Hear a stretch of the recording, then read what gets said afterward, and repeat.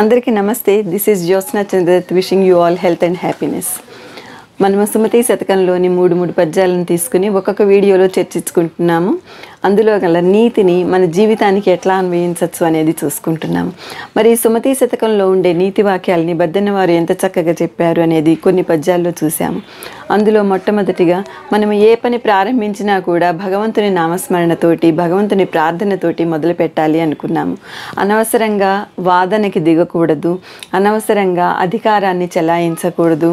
మనం ఇతరులు చెప్పేది చక్కగా వినాలి, మంచి మాటలు వినాలి, అన్నిటికీ మనం మంచి మాటలు చెప్పాలి. అవసరం లేని వస్తువుల్ని మనం ఎప్పుడు కూడా దగ్గర ఉంచుకోకూడదు. వాటి వలన మనం ఆనందాన్ని కోల్పోతాము. అవి నిరుపయోగమైన వస్తువులు. అప్పు చేసి మనం ఎప్పుడూ కూడా వేడుకలు చేసుకోకూడదు. ఇట్లాంటి ఎన్నో నీతి వాక్యాలని మనము తెలుసుకున్నాము. ఈరోజు మనము 10th, 11th and 12th poems గురించి తెలుసుకుందాము. వాటిల్లో ఎట్లాంటి నీతి ఉంది, అది మనం ఎట్లా మన జీవితానికి అప్లై చేసుకోవాలి అనేది చూద్దాము. 10th poem. ఇమ్ముగ చదువని నోరును, అమ్మాయని పిలిచి ఎన్నమడగని నోరున్, దమ్ముల మబ్బని నోరును, గుమ్మరి మనుద్రవ్వి నట్టి గుంటర సుమతి. ఇమ్ముగ చదువని నోరును. ఇమ్ముగా, ఇంపుగా, చెవులకి ఇంపుగా, చెవులకి శ్రావ్యంగా మంచి మాటలు, మంచి పుస్తకాలు చదవని నోరు, అమ్మాయని పిలిచి అన్నమడగని నోరున్. అమ్మ అని పిలవడము ఆప్యాయతనికి గుర్తు. అమ్మ అన్నం పెట్టు అంటే, అమ్మ అంటే ఎంత ప్రేమ, ఎంత ఆప్యాయత. అమ్మ మనల్ని ఎంత ఆప్యాయంగా చూసుకుంటుంది, ఎంత ప్రేమాభిమానాలతో చూసుకుంటుంది. ఇదంతా కూడా ఆ అమ్మ అనే వర్డ్లో పొందుపరిచి ఉన్నాయి. కాబట్టి అమ్మ అని పిలిచి అన్నం పెట్టమ్మా అంటే ఆ అమ్మకి ఎంత సంతోషంగా ఉంటుంది. అంత సంతోషాన్ని మనము అమ్మకి కలుగు చేయాలి. అంటే మన నోటి ద్వారా అంత మంచిగా, అంత ప్రేమగా అమ్మతోటి మనము మాట్లాడగలగాలి. అమ్మ సంతోషించేటట్లుగా, అమ్మ మనసు పులకరించేటట్టుగా మనము మాట్లాడగలగాలి. దమ్ముల మబ్బని నోరును, దమ్ముల తాంబూలాన్ని, అబ్బని వేసుకొని దరికి రానిని నోరును. తాంబూలం వేసుకోవాలి, తమలపాకులు నమలాలి. భోజనం చేసిన తర్వాత తమలపాకులు కనుక వేసుకుంటే అది మన జీర్ణశక్తిని పెంచుతుంది. అట్లా కాకుండా మనము తమలపాకులు వేసుకోకుండా గనక ఉంటే జీర్ణ ప్రక్రియ సరిగ్గా జరగకపోవచ్చు. గుమ్మరి మనుద్రవ్వి నట్టి. ఇట్లాంటి నోరు ఎట్లా ఉంటుంది?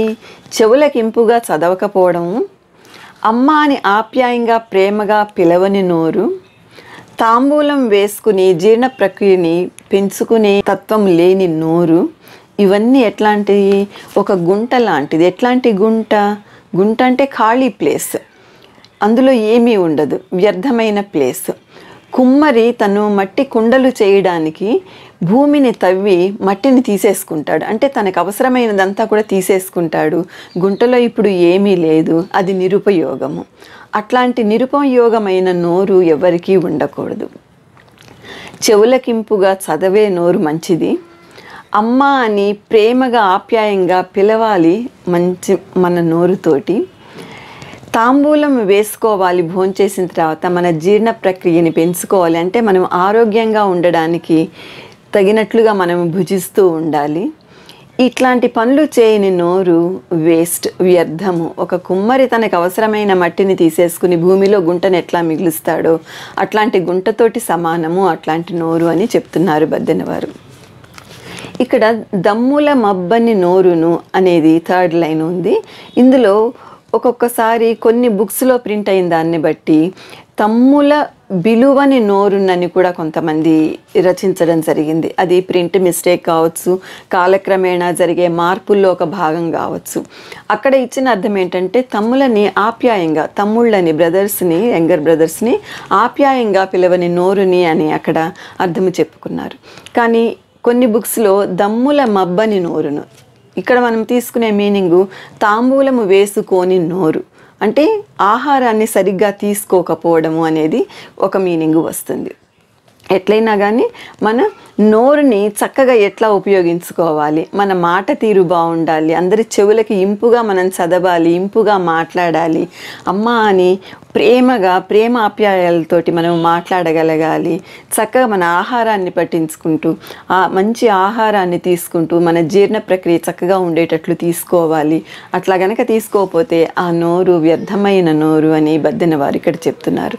దీన్ని బట్టి మనకి ఇక్కడ ఉండే నీతి ఏమని తెలుస్తుందంటే, మంచి విషయాలు మాట్లాడాలి, మంచి విషయాలు వినగలగాలి, చెవులకింపుగా మాట్లాడాలి, ప్రేమగా ఆప్యాయంగా ఉండగలగాలి, చక్కగా మన ఆరోగ్యం గురించి శ్రద్ధ తీసుకోవాలి. అట్లా లేకపోతే ఈ జీవితం వ్యర్థము అనే భావాన్ని మనము ఈ పద్యంలో చూస్తాము. ఇంకా 11th పోయం తీసుకుంటే, ఉడుముండదే నూరేండ్లు బడియుండదే పెర్మి బాము పన్నూరేండ్లు మడువున గొక్కెరయుండదే కడునెల పురుషార్థపరుడు గావలే సుమతి. ఉడుముండదే నూరేండ్లు. ఉడుము అది ఒక జంతువు, అది 100 ఏళ్ళు బతుకుతుంది, ఎక్కడో బతుకుతుంది, కొండల్లో కోనల్లో చెట్లల్లో చేమల్లో బతుకుతుంది, దాని జీవితం అది బతుకుతోంది. బడి ఉండదే పేర్మి బాము 10 ఏళ్ళు. పాము ఎన్నాళ్ళు బతుకుతోంది? 10 ఏళ్ళు, ఒక 1000 ఏళ్ళు బతుకుతోంది. అది ఎక్కడో ఉంటోంది, ఎక్కడో బతుకుతోంది, దాని బతుకు అది బతుకుతోంది. మడువున గ్రొక్కెరయుండదే, కొక్కెర కొంగ, మడుగున ఒక చెరువులో కొంగ కూడా చక్కగా బతుకుతోంది. కడునీల ఇట్లా ఉండే జంతువులతోటి కంపేర్ చేసుకుంటే, ఇలలో భూమిలో ఈ ప్రపంచంలో పురుషార్థము మంచి పనులు చేయగలిగిన వాడు మనిషి చక్కగా బతకాలి సుమతి అనేది ఈ పద్యం చెప్తోంది.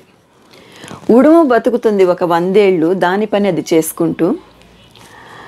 పాము ఎక్కడెక్కడో అడవుల్లో, మట్టిలో, నేల్లో, భూమిలో తన జీవితాన్ని అది బతుకుతోంది, 1000 ఏళ్ళు బతుకుతుంది.